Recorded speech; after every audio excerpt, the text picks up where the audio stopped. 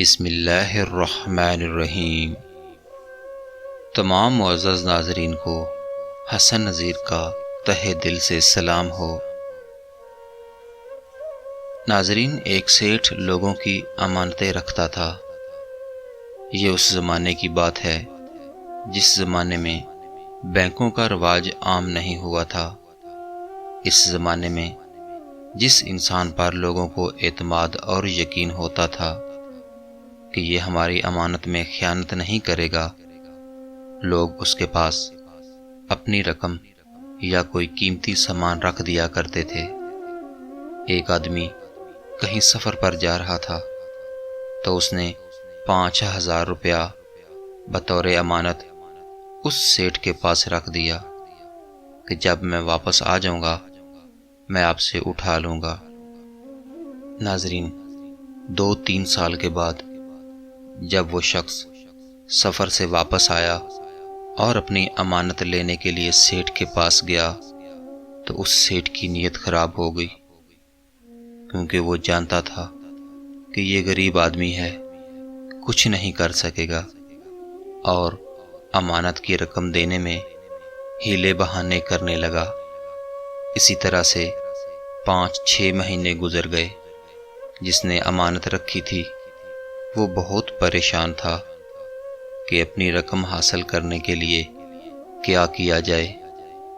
جس کسی سے بھی شکایت کرتا وہ یہی جواب دیتا کہ ہم اس معاملے میں کچھ نہیں کر سکتے۔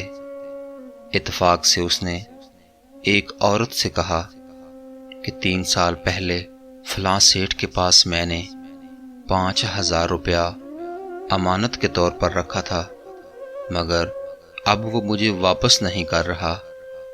میں کیا کروں کہ وہ رقم مجھے واپس مل جائے؟ عورت کے دماغ میں ایک ترکیب آئی۔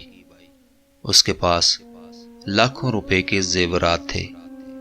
عورت نے اس امانت رکھنے والے سے کہا کہ دیکھو، ہمارے زیورات جو لاکھوں روپے کے ہیں، یہ سب لے کر میں کل صبح اس سیٹھ کے پاس جاؤں گی اور کہوں گی کہ سیٹھ جی، میں حج پر جا رہی ہوں اور لاکھوں روپے کے زیورات ہیں، ان کو میں آپ کے پاس امانت کے طور پر رکھنا چاہتی ہوں۔ یہ کہہ کر میں اس سیٹھ کو اپنے سب زیورات دکھا دوں گی تو وہ لالچ میں آ جائے گا۔ ٹھیک اسی وقت آپ اپنی امانت لینے کے لیے سیٹھ کے پاس آ جانا۔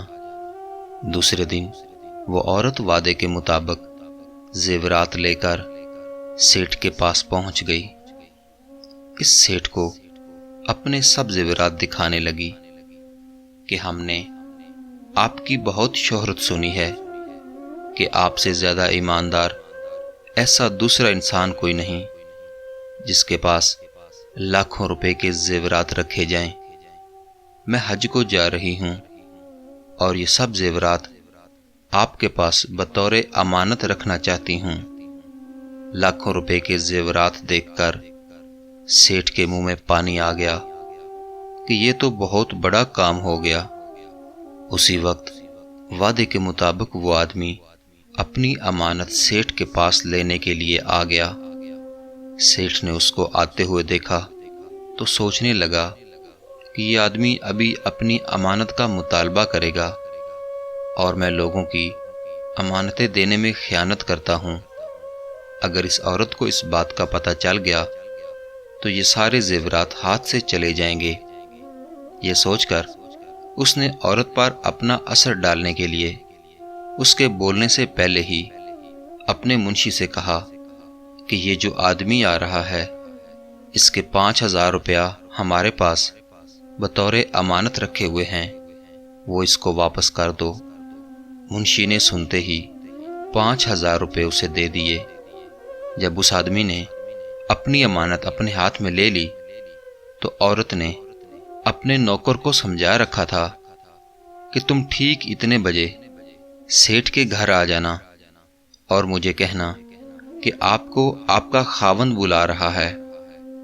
اس نوکر نے ٹھیک اسی وقت آ کر اس عورت سے کہا کہ آپ کو آپ کا خاوند بلا رہا ہے۔ یہ سن کر عورت نے اپنا بستہ بند کر دیا اور اٹھ کر چل دی۔ چلتے وقت عورت نے سیٹھ سے کہا کہ میں بعد میں آؤں گی۔ عورت کی چالاکی کامیاب ہو گئی۔ سیٹھ بھی اس بات کو سمجھ گیا کہ 5,000 روپے نکالنے کے لیے ان لوگوں کی یہ ایک ترکیب تھی۔ جس کو اپنی امانت مل گئی تھی وہ خوشی کے مارے سیٹھ کے گھر کے باہر میدان میں ناچنے لگا۔